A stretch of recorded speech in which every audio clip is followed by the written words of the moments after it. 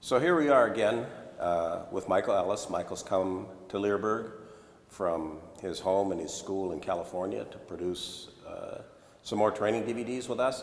And we're going through some of the most common questions that both Michael and we here at Leerburg get. The next question deals with our Focused Healing DVD and the training that's involved in it, and I'll read the question for you. I'm interested in the Focused Healing DVD. I have a few questions. My dog only has food drive, though it's a very strong food drive. Will this be a problem for that training? Will tugs be involved in the Focused Healing training?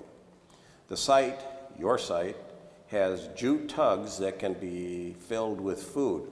Would that be a good thing to use to teach my terrier mix to like tugs?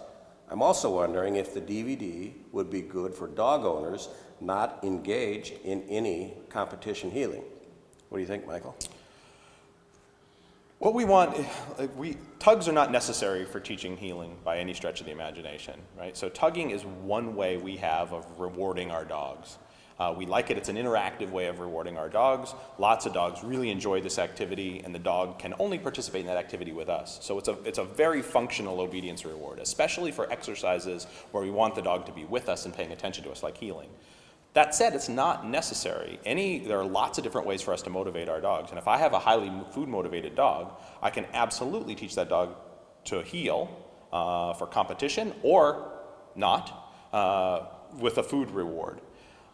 In my experience, the tugs, or the dogs that have a predominantly strong food drive, and we try to teach them to tug through food, whether it's stuffing a tug with food or rewarding them with food for grabbing a tug, they learn to tug, but they never tug with the intensity that they would channel into their desire for food.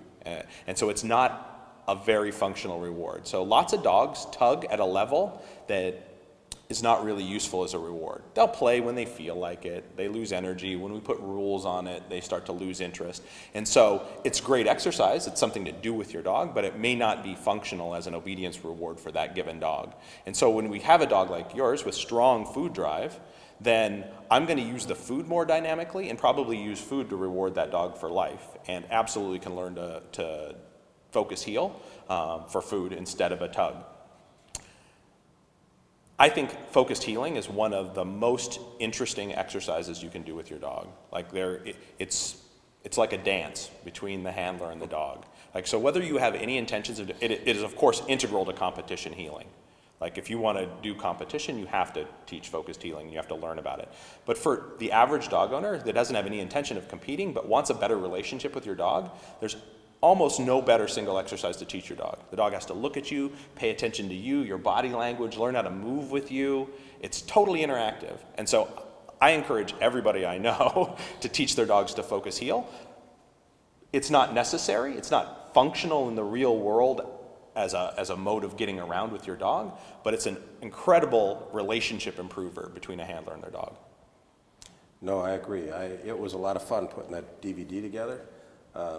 I enjoy doing the DVDs with Michael because every one that I do, I learn something new, and the Focused Healing DVD was great. I've been involved in more advanced dog training since the early 70s, and I learned a ton from producing that DVD. Hopefully we all continue to learn all the time. Yeah, that's exactly right.